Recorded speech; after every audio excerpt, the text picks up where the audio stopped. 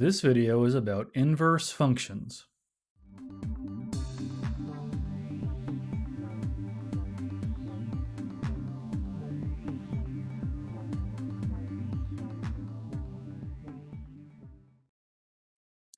All right, so we're going to go into yet another grass company's world here with green grass guaranteed. So our goals here are to find the inverse of a function and write inverses using the proper notation. So let's see what we can get figured out. The cost function is f. The cost function f is c equals f of a, and then it can be written as c equals 30 plus 80a, where C is the cost to mow A acres. All right, to use the function terminal part of an acre, Jim could mow for each weekly fee. That seems pretty straightforward. So it seems to me that what we're going to do is actually kind of do this backwards, because we've got the cost and we need to know the acreage. So if the cost is 60 and our equation is 30 plus 80a, we need to solve for a to see what the acreage he can mow is. So we're kind of working this backwards.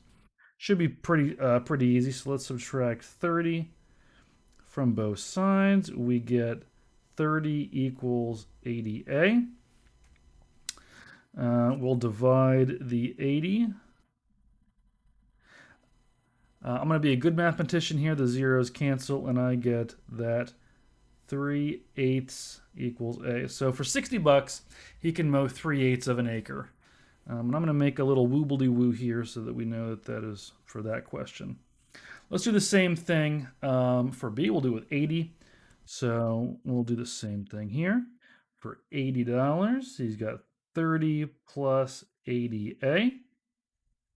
We'll subtract 30 from both sides of that equation, which gives us 50 equals 80a. We'll divide by the 80, and we'll get the zeros cancel. 5/8 equals a. So for 80 bucks, he can mow 5/8 of an acre. All right, that's cool, I guess. So we'll make a note that this is B. I like to keep my work as organized as possible. And for the last one, I'm going to do it kind of on the bottom here. It says $110, 30 minus 80a, plus 80a. I'm going to subtract the 30, and we get that 80 equals 80a, which means that 1 equals a. So he can mow 1 acre for $110. As someone who has mowed acreage before, I think I'd probably charge $110 an acre too. I really hope he's using a riding mower. It still takes forever. You'd think it didn't, but it did. For those of you that live in the city. All right, 10 to precision. What are the units in the domain and range of the cost function in item 1? Well, the domain is acres.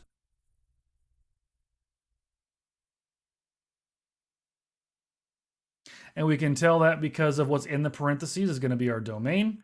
And A is in those parentheses. Our range is the resultant we got here. And that would be the cost in dollars.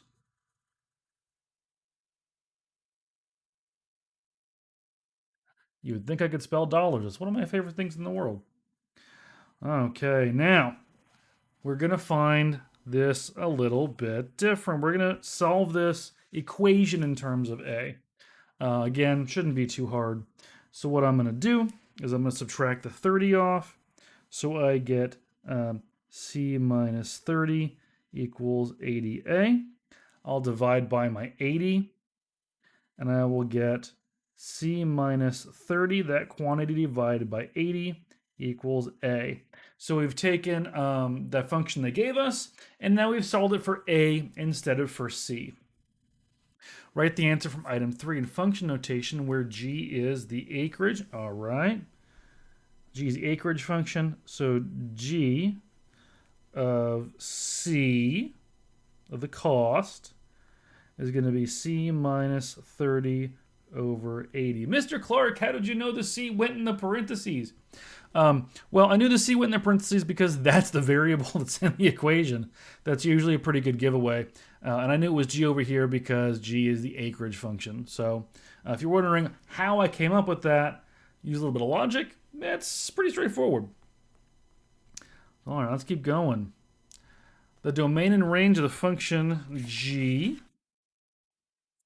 In this case, our domain, the resultant, right?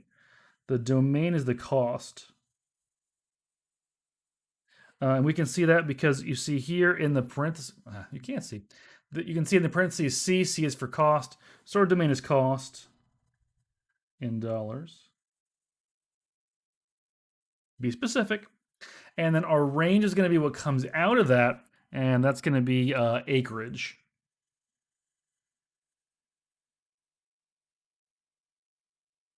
Now, do note how this differs from this one here, where domain is acres and range is cost. Now we have domain as cost and range in acres. And we call that an inverse because they are inverted. All right, so we're going to go down to number 7 since we can't really discuss since we're by ourselves. All right, we're going to use the appropriate functions to evaluate each expression. G of 60. So I'm going to go ahead and write this out, see if I can squeeze it in.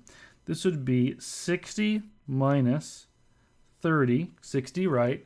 C, minus 30 over 80, which would give us, G of 60 would be 60, 50, 40, 30, so 3/8. Okay. B is a little bit bigger. I'm going to do him kind of off to the side here, give myself a little bit of room. So this is F of G of, not more G's, of 60. So I'm going to plug that in. Now, I've already done some of this work because I know that G of 60 is 3/8. So this is really F now of 3/8. So F of 3/8. And that would be 30 plus 80 times 3/8, which would be 30 plus 30, which would give us 60. Bada bing, bada bang. F of 2, all right, so that would be our the equation we made up before. So 30 plus 80, that's times 2, which equals 30 plus 160, which equals 190. The F equation was the one that we used at the beginning of the lesson. So we got 190, coolio. Let's look at D. And I'll put him off to the side as well. That might get lengthy. So this is G of F of 2. Now, conveniently, we've already done F of 2 right here. And so we know that's 190. So it's really going to be G of 190. And we knew the G function was the one that we made up. Where were we? This was the G function, right? So it'll be the number we had minus 30 over 80. So 190 minus 30 over 80. 190, 80, 70, 60. So 160 over 80,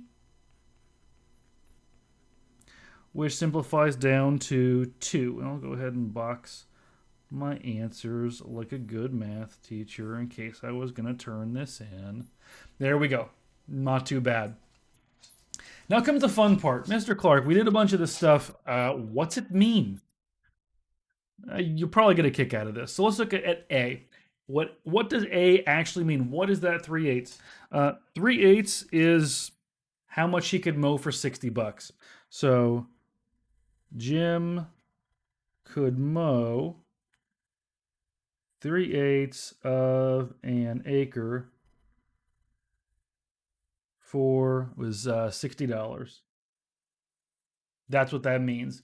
We knew that. B is a fun one. B says essentially it cost $60 to mow the number of acres that you can mow for $60. It's kind of a bit ridiculous. But notice how we kind of ended up with what we started with. So I'm going to write it out. It's a little bit crazy. It costs $60 to mow the number of acres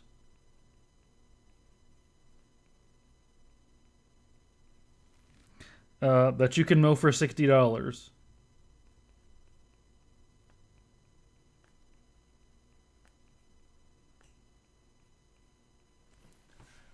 It's a logical statement. It costs $60 to mow the number of acres you can mow for $60, and you just proved it mathematically.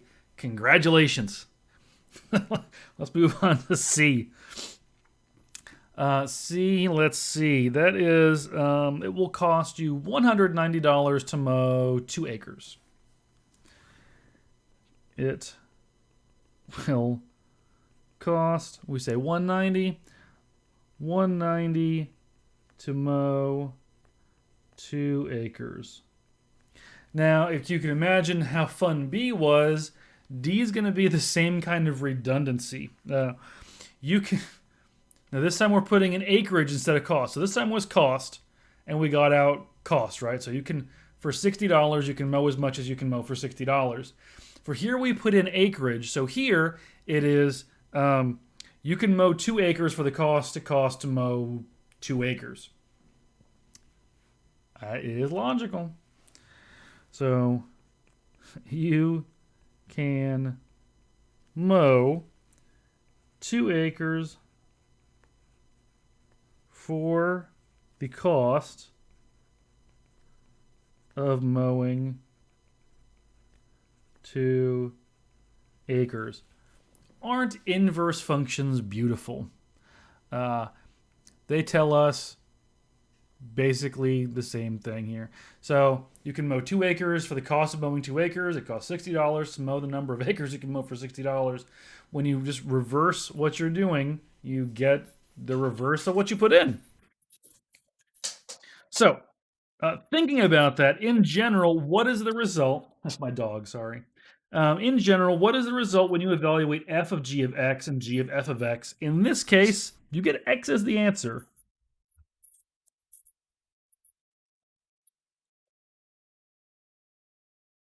You get out whatever you put in. All right. Which means, for all intents and purposes, that they undo each other.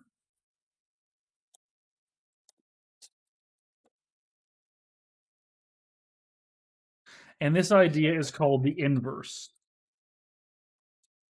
Because inverses undo each other.